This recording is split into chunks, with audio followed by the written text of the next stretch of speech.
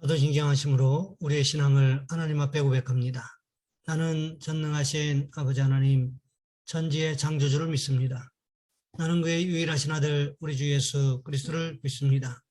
그는 성령으로 잉태되어 동정녀 마리아에게서 나시고 본디오 빌라도에게 고난을 받아 십자가에 못 박혀 죽으시고 장사된 지 사흘 만에 죽은 자 가운데서 다시 살아나셨으며 하늘에 오르시어 전능하신 아버지 하나님 우편에 앉아 계시다가 거기로부터 살아있는 자와 죽은 자를 심판하러 오십니다. 나는 성령을 믿으며 거룩한 공교회와 성도의 교제와 죄를 용서받는 것과 몸의 부활과 영생을 믿습니다. 아멘.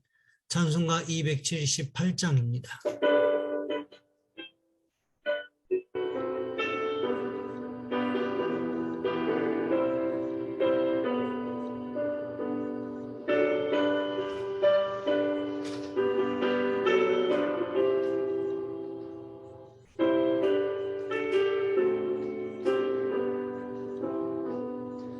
여러 해 동안 주 떠나 세상 연락을 즐기고 저 흉악한 죄에 빠져서 주 은혜를 잊었네. 오 사랑의 예수님, 내 맘을 곧 엽니다. 곧 들어와 나와 함께하며 내 생명이 되소서. 죄악에 죽을 인생을 짐이 불쌍히 여기사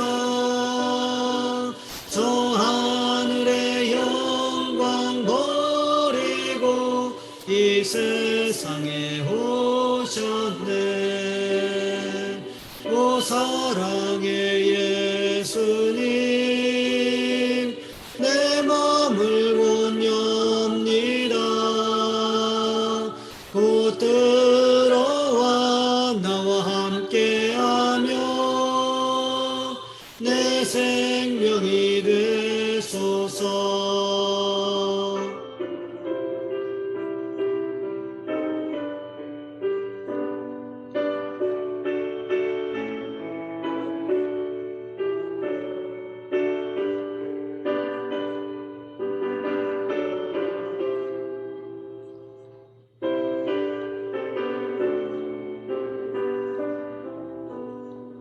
공포를 입은 구주는 다시 면류관 쓰시고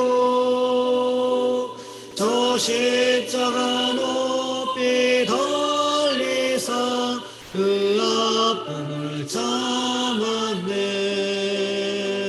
오 사랑의 예수님, 내 맘을 곧 엽니다. 곧 들어와 나와 함께하며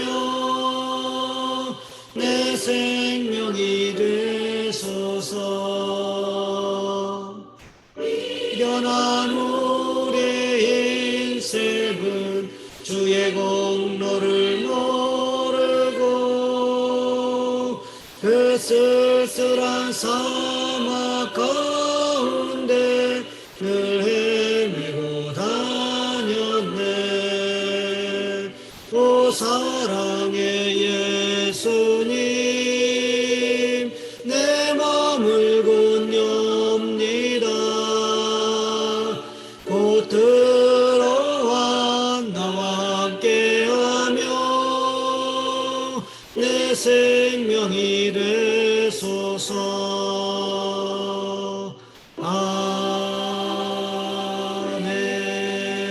아멘. 오늘 말씀 열왕기하 20장에서 보겠습니다. 열왕기하 20장 1절로 11절까지 말씀입니다. 제가 가진 성경은 구약 성경 597쪽에 있습니다. 제가 봉독해 드립니다. 그때에 히스기야가 병들어 죽게 되매 아모스의 아들 선지자 이사야가 그에게 나와서 그에게 이르되 여호와의 말씀이 너는 집을 정리하라. 내가 죽고 살지 못하리라 하셨나이다. 히스기야가 낯을 벽으로 향하고 여호와께 기도하여 이르되 여호와여 구하오니 내가 진실과 전심으로 주 앞에 행하며 주께서 보시기에 선하게 행한 것을 기억하옵소서 하고 히스기야가 심히 통곡하더라.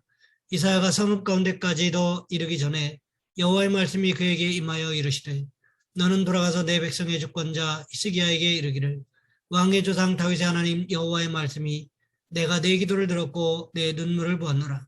내가 너를 낫게 하리니 내가 3일 만에 여호와의 성전에 올라가겠고 내가 내 날에 15년을 더할 것이며 내가 너와 이 성을 아수르 왕의 손에서 구원하고 내가 나를 위하고 또 내 종 다윗을 위함으로 이 성을 보호하리라 하셨더라. 이사야가 이르되 무화과 반죽을 가져오라며 무리가 가져다가 그 상처에 놓으니 나으니라. 히스기야가 이사야에게 이르되 여호와께서 나를 낫게 하시고 3일 만에 여호와의 성전에 올라가게 하실 무슨 징표가 있나이까 하니 이사야가 이르되 여호와께서 하신 말씀을 응하게 하실 일에 대하여 여호와께로부터 왕에게 한 징표가 이 말이다. 해 그림자가 10도를 나갈 것이니까 혹 10도를 물러갈 것이니까 하니 히스기야가 대답하되 그림자가 10도를 나가기는 쉬우니 그리할 것이 아니라 10도가 뒤로 물러갈 것이니라 하니라. 선지자 이사야가 여호와께 간구하며 아하스의 시계 위에 나갔던 해 그림자를 10도 뒤로 물러가게 하셨더라. 아멘. 오늘 본문의 말씀을 가지고 기도 응답의 증거라는 제목으로 함께 말씀을 살펴보겠습니다. 브루스 윌킨스 목사님이 쓰신 야베스의 기도라는 책이 있습니다. 이 책은 미국에서 발행되자마자 500만 부 이상 팔렸습니다. 그 책에 나오는 한 이야기입니다. 존이라는 사람이 천국에 갔습니다. 베드로 사도가 나와서 친히 천국을 다 안내해 줍니다. 이방저방 다 열어 보여주는데 어떤 한 창고에 이르렀더니 갑자기 베드로 사도가 깜짝 놀라면서 문을 닫고 안 보여주는 겁니다. 베드로 사도님, 그 안에 뭐가 들었습니까? 거기에는 들어가 볼 필요가 없습니다. 그는 천국까지 와서 이렇게 감축이냐고 하면서 보여달라고 했습니다. 베드로 사도가 이곳은 당신이 안 보는 것이 좋겠어요 라고 말합니다. 그러자 그는 더 보고 싶어졌습니다. 그래서 문을 열고 보니 별의별 포장지로 쌓여진 선물이 가득한 겁니다. 그런데 놀라운 것은 그 선물에 전부 자기 이름이 쓰여져 있는 것이었습니다. 순간 섭섭한 생각이 들었습니다. 베드로 사도도 다 나에게 온 선물인데 안 보여주고 하면서 뜯어보았습니다.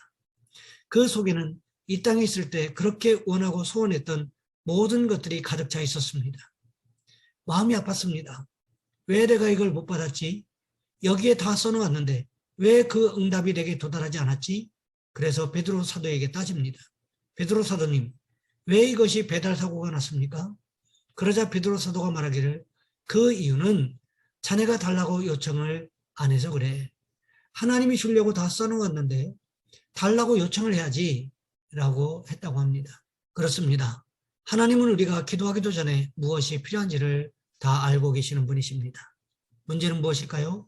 우리가 기도하지 않기 때문에 받지 못한다는 것을 우리는 깨달아야 한다는 거지요. 그러면 어떤 분은 이렇게 말합니다. 기도하기 전에 필요한 것을 아시는 하나님께서 그냥 주시면 되지 왜 굳이 기도하라고 하십니까? 기도하지 않고 받으면 감사할까요? 그렇지 않습니다. 출애굽한 이스라엘 백성들을 보시기 바랍니다. 모세가 기도해서 만나와 메추라기를 공급받았지만 그들은 40년 광야 생활 동안 이 하찮은 식물이라고 불평하게 바빴습니다. 우리는 기도해서 받은 것들을 소중하게 여긴다는 거지요. 오늘 본문의 히스기야를 보시기 바랍니다. 그는 죽을 병에 걸렸습니다. 심지어 이사야서에서 보시면 너는 내 집에 유언하라. 내가 죽고 살지 못하리라고까지 하나님께서 말씀하셨습니다. 유언은 살아있는 사람이 하는 것이 아니지요. 죽기 직전에 하는 것이 유언 아닙니까? 이 말씀은 히스기야가 반드시 죽을 것임을 말씀하셨다는 거지요. 히스기야는 이사야 선지자에게 하나님의 말씀을 듣자마자 어떻게 합니까? 이사야 선지자를 붙잡고 기도해달라고 부탁한 것이 아니었습니다. 얼굴을 벽으로 향하여 심히 통곡하면서 기도하기 시작했다는 거지요. 하나님의 백성들의 가장 큰 무기는 통곡의 기도입니다. 우리 믿는 자들이 하나님 앞에 통곡하면서 기도할 때 하나님의 마음이 약해지고 하나님은 귀를 기울이신다는 거지요. 하지만 많은 사람들이 자존심 때문에 통곡하면서 기도해야 됨에도 불구하고 참아버립니다. 다른 사람이 나를 어떻게 볼까? 다른 사람들이 나를 어떻게 생각할까? 이것이 더 두려워서 기도하지 않는 경우들도 있더라는 거지요. 그럼에도 불구하고 히스기야는 사람의 눈치를 보지 않고 하나님 앞에 심히 통곡하면서 부르짖었습니다. 그 결과가 무엇이었습니까? 오늘 본문 5절과 6절 말씀해 보시면 이렇게 기록하고 있습니다. 너는 돌아가서 내 백성의 주권자 히스기야에게 이르기를 왕의 조상 다윗의 하나님 여호와의 말씀이 내가 내 기도를 들었고 내 눈물을 보았노라. 내가 너를 낫게 하리니 내가 3일 만에 여호와의 성전에 올라가겠고 내가 내 날에 15년을 더할 것이며 내가 너와 이 성을 아수르 왕의 손에서 구원하고 내가 나를 위하고 또 내 종 다윗을 위함으로 이 성을 보호하리라 하셨다 하라 하셨더라. 이사야 선지자가 왕궁에 들어가서 히스기야 왕에게 죽게 될 것이라고 집에 유언하라고 삶의 마지막을 잘 정리하라고 말하고 난 후에 히스기야의 방에서 나왔겠지요. 그리고 그 성읍의 채 절반도 가기 전에 하나님께서 이사야를 불러 세웠다는 거지요. 그리고는 히스기야의 기도에 응답하시겠다고 하시면서 다시금 히스기야를 찾아가서 히스기야의 기도를 들었고 눈물을 보았다고 말씀하라고 합니다. 그뿐만이 아닙니다. 15년을 더 살게 해주시겠다고 하면서 아수르 왕의 손에서 예루살렘 성을 구원하고 히스기야와 다윗을 위하여 예루살렘 성을 보호하겠다고 말씀하셨다는 거지요. 그러자 히스기야가 무엇을 말하고 있습니까? 오늘 본문 8절 말씀해 보시면 내 병이 낫는다고 말씀하셨는데 그 징조가 무엇이냐고 묻습니다. 히스기야가 왜 징조를 구했을까요? 증거가 있는 신앙은 흔들리지 않기 때문에 그렇습니다. 그러자 이사야 선지자가 어떻게 대답합니까? 오늘 본문 9절 말씀해 보시면 이렇게 기록하고 있습니다. 이사야가 이르되 여호와께서 하신 말씀을 응하게 하실 일에 대하여 여호와께로부터 왕에게 한 징표가 이 말이다. 해 그림자가 10도를 나아갈 것이니까 혹 10도를 물러갈 것이니까 하니.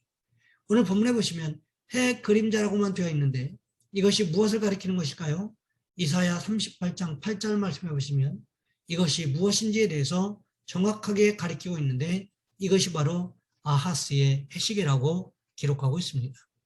우리나라도 세종대왕 때 만들었던 해시계가 있듯이 아마도 아하스 왕 때 만들었던 해시계가 있었던 모양입니다. 그 해시계의 그림자가 앞으로 10도를 갈 것인가 아니면 뒤로 10도를 물러갈 것인가를 이야기하고 있습니다. 그때 히스기야는 무엇을 말합니까? 오늘 보면 10절 말씀해 보시면 이렇게 기록하고 있습니다. 히스기야가 대답하되 그림자가 10도를 나아가기는 쉬우니 그리할 것이 아니라 10도가 뒤로 물러갈 것이니이다 하니라. 이것은요 여호수아서에서 여호수아가 가나안 5 왕과 싸울 때 해가 지기 시작하고 달이 뜨기 시작하자 해를 향하여 달을 향하여 명령기도 했던 사건과 비슷할 정도로 놀랄만한 사건이라는 거지요. 생각해 보시기 바랍니다. 해시계는 앞으로 가도 뒤로는 가지 못합니다. 그런데 히스기야는 무엇을 요구하고 있습니까? 뒤로 10도 물러가게 해달라고, 그러니까 지구가 거꾸로 10도를 돌게 해달라고 요구했다는 거지요. 역사 이래로 이런 사건이 있었을까요? 성경에 기록된 것도 딱 2번 있는데 한 번은 멈춘 것, 한 번은 뒤로 10도 돌아간 것, 아주 충격적인 사건이라는 거지요. 그런데 어떻습니까? 오늘 본문 11절 말씀해 보시면 이렇게 기록하고 있습니다. 선지자 이사야가 여호와께 간구하며 아하스의 시계 위에 나아갔던 해 그림자를 10도 뒤로 물러가게 하셨더라. 해 그림자가 어떻게 되었습니까? 뒤로 10도 물러갔다고 기록하고 있다는 거지요. 그러므로 인하여 히스기야의 병이 치료되었을 뿐만 아니라 15년 생명 연장을 받았던 사건이 오늘 본문에 기록되어 있다는 거지요. 그렇습니다. 히스기야는 인생의 가장 중요한 생명에 관련된 문제를 가지고 하나님 앞에 기도했고 응답받았습니다. 그 증거로 아하스의 해시계 위에 그림자가 10도 뒤로 물러가는 엄청난 사건이 일어났다는 거지요. 그렇다면 우리는 어떻게 해야 하는 것일까요? 하나님 앞에 히스기야처럼 기도하여 확실한 증거를 가지고 믿음 생활하는 축복이 있으시기를 주님의 이름으로 부탁을 드립니다. 이 시간 우리 한 목소리 함께 기도하겠습니다. 하나님, 우리도 히스기야 왕처럼 하나님 앞에 기도하여 확실한 증거를 가지고 믿음 생활하게 도와주옵소서. 또한 기도하실 것은 우리의 자녀손들을 위하여 지혜와 명철과 만남의 축복을 주시라고 이 시간 우리 주여 한번 간절히 부르신 후에 한 목소리 함께 기도합니다. 주여, 사랑의 하나님, 우리를 도와주시기를 원합니다.